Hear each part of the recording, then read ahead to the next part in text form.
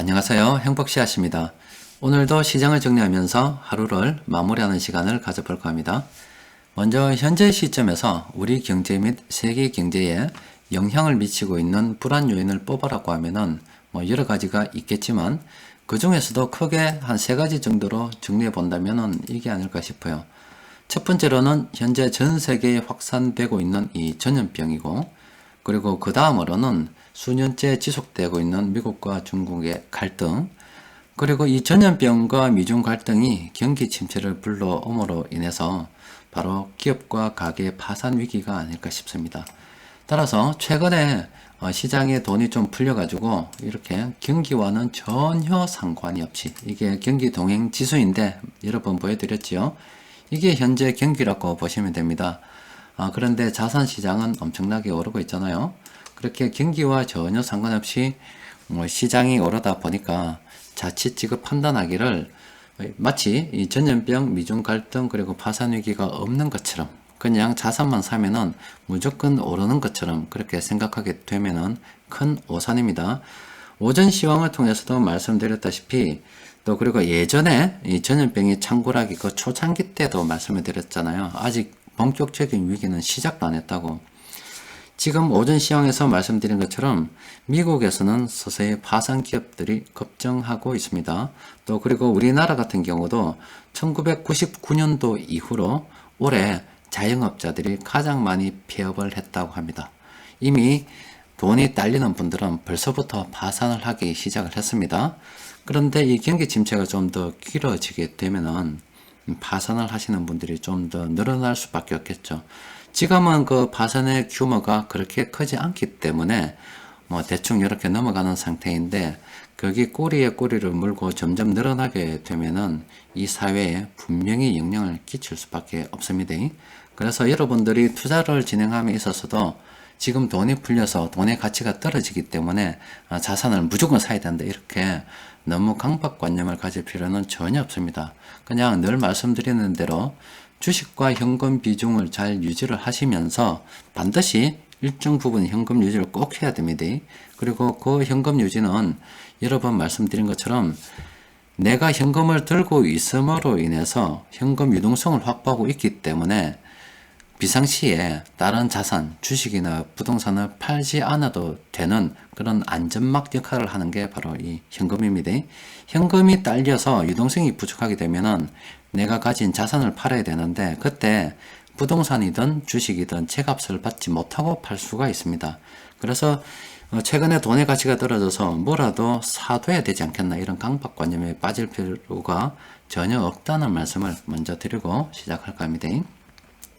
자, 우리 시장 및 해외 시장 한번 둘러봅시다. 오늘 우리 시장은 코스피가 0.82% 빠졌습니다. 외국인 기관들이 팔았고, 또 그리고 코스닥은 0.8% 정도 빠졌어요. 해외 증시를 보면은 오늘 일본은 0.76% 하락을 했고 우리하고 비슷하죠. 그런데 특이한 상황이 있습니다. 중국이 거의 폭락 수준으로 빠져버렸어요. 중국이 4.5% 하락을 했고 홍콩이 2% 정도 하락을 했습니다. 그리고 동영상을 녹화하고 있는 이 시간 영국과 프랑스, 독일 증시는 이 정도로 하락 출발을 했습니다. 자, 그럼 먼저 왜 중국이 저렇게 많이 하락을 했는가 생각을 해봐야 되겠죠. 그건 다른 거 몰라도 이거라고 볼 수가 있죠. 어제 트럼프 대통령이 홍콩 특별지위를 박탈하는声明을 했습니다. 그리고 앞으로 홍콩을 중국 본토와 동일한 대우를 하기로 했다고 했죠. 일단은 아직 손을 안 댄 부분이 있다라고 말씀드렸죠. 안 된 부분은 바로 달러 패거제입니다. 고정환율입니다. 그걸 손대지 않았는데, 그건 어디까지나 중국의 홍콩에 진출해 있는 미국 기업을 보호하기 위한 하나의 어떤 조치이지, 그건 언제든지 상황이 정리되면 또 바꿀 수가 있어요. 여튼 홍콩 국가보안법으로 인해서 탈홍콩이 시작되고 있습니다. 이미 오래전부터 홍콩을 떠나고자 하는 이민자들이 늘어나고 있어요. 그리고 최근에는 언론사도 떠난다 그러고, 또 그리고 금융, 다른 기업들도 지금 홍콩을 떠날 준비를 서서히 하고 있는가 봅니다. 관련해서 뉴스를 좀 찾아보니까 이미 홍콩 국가보안법이 중국 양회를 통해서 통과가 되고 난 다음에 홍콩 부유층들은 홍콩을 떠나기 위해서 해외 이민을 갖다가 생각하고 있다고 그래요. 이미 실행하신 분들도 있는 것 같습니다. 또 그리고 어제 홍콩 보안법 이제 그것 때문에 트럼프 대통령이 홍콩 특별지를 박탈해버렸다 아닙니까? 그러자 홍콩에 있는 이 뉴욕타임즈라는 뉴욕타임즈가 이건 우리 서울로 온다고 그래요. 보면은 직원들 3분의 1 정도를 우리나라 코리아 서울로 옮겨서 근무하게 될 것이라고 이야기한답니다. 일단 뭐 홍콩에 있는 뉴욕타임즈부터 시작을 해서 요거는 이미 그런 계획을 발표를 했고, 다른 뭐 월스트리트 저널이라든지 워싱턴 포스트라든지 뭐 여러 글로벌 뉴스 매체들이 일단은 홍콩에 많이 있다 아닙니까? 그런데 다른 데로 이동할 수 있는 그런 계획을 갖다가 세우고 있답니다. 왜 그런가를 보니까 이렇게 돼 있대요. 홍콩 국가보안법이 지금 통과가 되었기 때문에 홍콩 경찰은 앞으로 영장도 없이 그냥 불쑥 찾아가 가지고 디지털 컨텐츠를 강제로 삭제를 시킬 수가 있다고 그러네요. 그리고 경우에 따라서는 때리잡아 넣어 볼 수 있다라고 그래요. 그렇다 보니까 홍콩을 탈출하고 이민하고 난리 났죠. 자, 이 시점에서 우리나라도 조금 살펴봐야 될 필요가 있습니다. 어떤 걸 좀 살펴봐야 되냐고 하면, 지금 우리나라 같은 경우는 뭐 이렇게 GDP로 보면은 세계에서 굉장히 높은 순위에 랭크되어 있습니다. 미국이 1등, 중국은 한 미국의 반턴 좀 더 넘습니다. 60% 정도 수준. 그리고 유럽 전체로 하면 거의 중국하고 조금 맞먹고, 우리는 뭐 이 정도 수준입니다. 중국이 거의 한 9분의 1 정도 수준 GDP를 가지고 있는데, 그래도 뭐 이만한 땅덩어리에서 이 정도면 더 잘 사는 거죠. 그런데 이게 지금 이게 제가 10년 전에 말씀을 드렸지요. 지금 현재 여러분들이 바라보고 있는 이 세상, 지난 10년간의 이 모습이 참 어떻게 느끼셨을는지는 모르겠지만은 아마 여러분들이 바라보기로는 우리 대한민국이 가장 행복하게 보냈던 시기가 아닐까, 그렇게 생각해도 괜찮지 않을까, 저는 그렇게 생각하고 있습니다. 이미 우리는 전성기를 지나고 있지 않나 싶어요. 왜 그런가 하면은 인구를 보면 답이 나오죠. 지금 우리나라 인구를 보면 이렇습니다. 지금 2017년을 지나서 요 중간에 있는데 우리나라 인구는 2027년도 요 그래프상으로 보면은 정점을 이루었다가 그때부터 계속 인구가 줄어듭니다. 그러니까 우리가 노인이 되었을 때는 인구가 점점 더 줄어들겠죠. 그리고 연령별 인구 구조를 보면은 지금 한 14에서 15% 정도 되잖아요. 우리 노인 인구가 그 정도 되는데, 지금 앞으로 이렇게 노인 인구들이 점점 늘어나고 있습니다. 점점 더 늘어나고 있어요. 점점 더. 그리고 이렇게 파란색으로 돈 버는 사람들은 점점 줄어들고 있고, 어린이들도 점점 줄어들고 있습니다. 앞으로 우리나라는 노인 천국이 됩니다. 부양비를 보면 답이 나오죠. 이미 2017년도에 우리는 유소년 인구하고 노인 인구하고 크로스가 되었습니다. 이때부터는 노인이, 우리나라 역사상 이제부터는 노인이 더 많은 세상이 되어버렸습니다. 이미 2017년도에 시작을 했어요. 그리고 정부에서 돈을 찍어내면은 노인한테 앞으로 점점 더 많은 돈을 써야 되고, 어린애들한테는 15세 이하의 유소년들한테는 크게 돈을 쓰지 못합니다. 점점 노인들한테 돈을 많이 써야 되는, 세금을 더 많이 내야 되는 그런 상황이고, 또 노인들은, 이 유소년들은 투표권이 없습니다.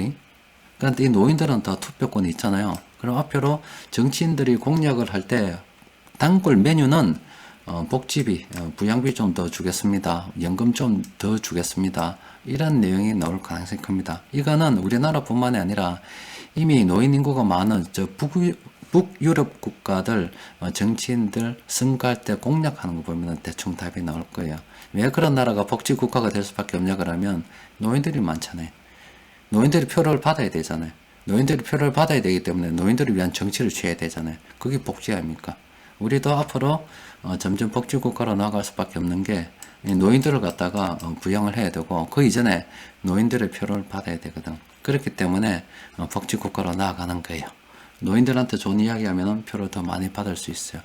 지금은 뭐 저도 해당이 되지 않습니다만은, 지금 현재 경제 활동을 하고 있는 40대, 50대 이런 분들은 머지않아 이미 베이비붐 세대들은 은퇴를 하기 시작했고 우리도 시간 내려면 요 반열에 들어서게 되겠죠. 그러면은 정부에서 내놓는 정책 중에서 가만히 바라보고 노인들한테 이득이 될 만한 정책 말을 하는 사람들한테는 표를 찍어줄 수밖에 없을 겁니다. 자, 그럼 이게 의미하는 바는 무엇이냐? 앞서 홍콩 이민 이야기 잠시 했었죠. 홍콩이 이제 공산화돼 가지고 먹고 살기 힘드니까 나가겠다 이 말 아닙니까? 여기 이민이에요. 그런데 지금 제가 솔직한 심정을 말씀드리는 겁니다. 지금 우리나라 인구가 이래 되고 부양비가 이렇게 된다고 말씀드리는 거예요. 지금 65세 이상 인구가 이렇게 급증을 하고 있습니다. 요만큼이야. 지금 아직은 그렇게 많은 상태 아닙니다. 전체 인구에서 한 15% 좀 안 되는 그런 상태인데 지금 늘어날 일만 남아 있습니다. 노인들이 급증하고 있어요. 이 사람들 다 미기 살려야 됩니다. 그럼 지금 우리나라에는 20세 되는 애들 있죠. 지금 대학생들, 또 그리고 10대들, 솔직히 진짜 개인적인 생각으로는 이거는 뭐 국가 발전하고 전혀 상관이 없는 거예요. 그냥 그 개인의 인간 삶에 대해서 생각하는 겁니다. 물론 우리나라에 산다고 불행한 건 절대 아닙니다. 세금 좀 많이 내면 되겠죠. 노인들 부양하기 위해서. 근데 외국 간다고 또 무조건 행복한 건 아니겠지만은 인구 구조로 본다면은 물론 외국도 마찬가지겠지만 외국에서 시작하는 게 좋겠나 싶어요. 20대, 10대 1에 되는 젊은 친구들 같은 경우는 필수적으로 영어를 자유자재로 구사할 수 있어서 한국에 살든 외국에 살든 전 세계 어느 곳에서 살든 터잡아서 살 수 있는 어느 정도는 갖춰야 되지 않을까 싶습니다. 여러분들 높은 분들 있죠. 높은 분들 자녀들 보면은 왜 하나같이 다 외국 유학을 갔겠습니까? 돈도 10원도 없다고 맨날 빚밖에 없다라고 이야기하면서 아들은 다 외국에다 다 내보내놨어요. 그래서 애들은 다 영어에 대해서 기본 실력을 다 갖추고 있는 애들이 많이 있습니다. 그러면 나라에 무슨 일이 생겼을 때 걔들은 그 가도 되죠. 심지어 영주권이라든지 시민권 가지고 있는 애들도 굉장히 많다고 생각해요. 외국에 내보내지 못하는 이 서민들 애들 영어 딸리기 때문에 외국 가서 만들어 살 수가 있겠습니까? 여튼 이 인구 구조상으로 볼 때 앞으로 젊은 친구들 각오해야 될 겁니다. 각오해야 될 거예요. 그래서 제가 누누이 말씀드리는 게 우리 가치투자연구원에서도 카페 개설 이유라고 해서 처음부터 그래 말씀드렸다 아닙니까? 우리나라는 앞으로 이렇게 노인들이 많이 생겨날 거기 때문에 다시 한번 보여드릴까요? 부양비. 국가에서 노인들을 위해서 쓸 돈이 아주 많단 말이에요. 그리고 젊은 애도 돈 벌면 이 노인들 부양하느라 돈 다 쓸 겁니다. 정치인들도 젊은 애들보다 노인들이 더 많기 때문에 노인들을 위한 공약을 할 수밖에 없을 거예요. 그런데 제가 늘 카페를 통해서 말씀드리는 게 그래도 지금 현재 우리가 돈을 벌 수가 있는 경제 활동을 하고 있는 상태이기 때문에 이때 돈을 흥청망청 쓰지 말고 잘 아껴 모아서 부동산이든 주식이든 이렇게 자산을 불려서 우리 노후는 국가 도움 받지 않고 젊은이들 도움 받지 않고 우리가 스스로 책임질 수 있을 정도가 되고 오히려 우리가 젊을 때 투자활동을 통해서 돈을 많이 벌어가지고 나이 들어서 그냥 몸은 그냥 있지만 해외 투자를 통해서 한국으로 돈을 갖다가 이렇게 들어올 수 있는 그런 여건이 된다면 얼마나 좋겠나. 그런 거 우리 좀 준비해보자 하면서 가치투자연구원을 지난 10년간 운영을 하고 있는 겁니다. 그런데 현재 나라 상황을 봐서는 안 될 것 같습니다. 국민들이 부동산을 갖다가 돈의 가치가 하락하기 때문에 돈 좀 불려보려고 하니까 이걸 갖다가 전신에다 투기꾼으로 만들어가지고 사람 바보로 만들어서 정상적으로 지금 투자하는 사람들을 바보로 만들어 놨고 있어요. 또 그리고 그나마 주식 투자해서 돈 좀 벌려고 하다 보니까 이쪽도 지금 세금 때려가지고 뽑아먹고 난리지기고 있어요. 아직 본격적으로 한 건 아니지만은 국민들이 부자 되는 것을 갖다가 이렇게 혐오하는 걸 저는 처음 봤습니다. 또 그리고 국민들 자체도 문제가 있는 게 열심히 일해서 한 푼이라도 더 사업을 일으키다든가 뭘 하든가 더 모으려고 더 벌려고 노력을 해야 되는데 돈 쫓겨 벌만은 쓰기 바쁘고 인생 뭐라더라 갑자기 단어도 생각이 안 나는데 별거 있나 젊을 때 실컷 먹고 놀자고 배짱이처럼 그래서 사는 사람 쎄삐렸습니다. 나라가 지금 그렇게 놀만한 처지가 아닌데 미래로 보면 노인이 늘어나고 앞이 깜깜한 상황인데 벌써 그나마 얼마 벌어놨다고 우리 노인들이 어르신들께서 우리나라가 1960년대 전 세계에서 가장 가난할 때 피땀 흘려 일해가지고 국가 경제를 이만큼 발전시켜 놨는데 그 발전시킨 주역들이 지금 그 노인들이 돼가지고 있잖아요. 계시잖아요. 그런데 얼마 안 되기 때문에 우리가 충분히 부담해 드릴 수가 있어요. 그런데 그분들이 일어난 성과를 갈라먹기 하자고 난리지기고 있어요. 일어나기 싫고 바다 묶고는 싫고 나라 분위기가 그렇습니다. 그래서 저는 지금 현재 우리나라 참 이 상태라고 하면 미래가 없다고 봐요. 그러면 주식 투자하면서 성장산업은 뭐냐? 아까 성장산업 이야기했죠? 성장산업은 이겁니다. 노인들입니다. 우리 제약, 의약, 바이오. 지금 우리 시가총액 순으로 보면은 지금 의약 바이오 산업이 엄청 올라왔죠. 예전에는 이 전체 21개 업종 중에서 저 아래쪽에 있었습니다. 그런데 의약 산업은 지금 상위권에 랭크되어 있어요. 시가총액 자체가 그래요. 그럼 우리 주식 투자를 할 때 어디로 해야 됩니까? 의약품 쪽으로 해야 돼요. 이 노인들은 나이 들면 약으로 먹고 삽니다. 그리고 20대 같은 경우는 뭐 좀 미안한 이야기입니다만 영어 공부 열심히 해서 외국으로 갈 준비를 좀 하는 게 안 좋겠나 싶기도 하고, 또 왜 하필이면 높은 분들의 자녀는 다 외국에 가서 공부를 해서 영어를 잘 하는가, 그것도 생각해 볼 필요가 있습니다. 또 그리고 참 이 나라의 앞날을 보면 참 갑갑한 것이 사람들이 일해서 열심히 벌어먹고 살 생각해야 되는데 맨날 더 달라고 난리만 지키고 있어요. 사업은 갖다 할 생각도 안 합니다. 사업하면은 세금이 많이 내야 되거든. 그리고 직원들 미국에 살려야 되고, 그렇게 하다 보면은 사업에 대한 어떤 진입 비용이 장벽이 딱 세워져 있어요. 점점 세금이 많아져서 사업하기 쉽지 않습니다. 그러니까 나라의 앞날이 제가 볼 때는 굉장히 깜깜합니다. 그런 상태에서 주식 투자를 하고 있어요. 제가 지금 거의 한 50대 뭐 이렇게 되고 하기 때문에 이미 뭐 이 나라에 저 부모님들도 계시고 지금 상황이 마땅치 않아서 이 나라에 있는 거지, 솔직히 한 20대 같으면 저는 나라 벌써 떴겠어요. 미안한 이야기입니다. 그렇습니다. 제가 나라를 사랑하지 않는다는 게 아니라 나라가 지금 제가 볼 때는 형편없다 이 말이에요. 아무튼 우리는 뭐 지금 조금이라도 기회가 있을 때 방법이 없다 아닙니까? 열심히 주식 투자해서 돈이라도 좀 모아놓고, 그래도 여건이 된다 그러면 나들어서 동남아 영주권은 얼마 안 합니다. 그런 거 하나 사두세요. 사둬서 여차하면 가면 되죠. 안타까운 이야기입니다만은 대한민국이 점점 활력을 잃어가고 있습니다.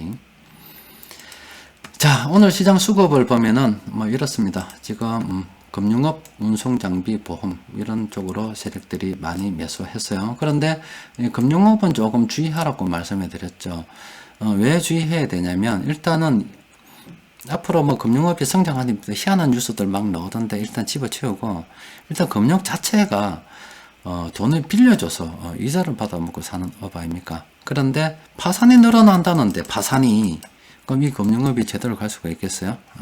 이미 세력들은 많이 들고 있기 때문에 그렇지 몰라도 우리는 금융업 그렇게 오른다 하더라도 현재 관심을 가질 필요는 없습니다. 차라리 운송장비나 뭐 다른 어떤 제조업 쪽으로 관심을 가지는 게 좋지 않을까 싶어요.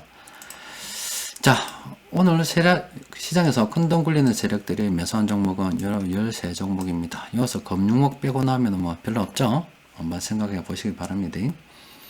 자, 인구 구조 관련해서 바라보고 우리나라 사회 바라보니까 참 씁쓸해서 몇 말씀 드렸는데, 뭐 그래도 방법이 없어요. 저는 진심으로 말씀드리는 겁니다. 우리가 먹고 살 길은 우리가 챙겨야 됩니다. 앞으로 나라의 앞일이 정말 깜깜해요. 할 일은 많고 나아갈 길은 바쁜데 사람들이 일하기 싫어합니다. 나눠 먹기 좋아하고 번 돈 지금 쓰고 나중에 모르겠고 그런 상황이 되어 있습니다. 깝깝합니다. 어쩌겠어요. 열심히 해서 또 한번 살아봐야죠. 일단 오늘은 좀 섭섭합니다만 여기까지 정리하도록 합시다. 이상입니다.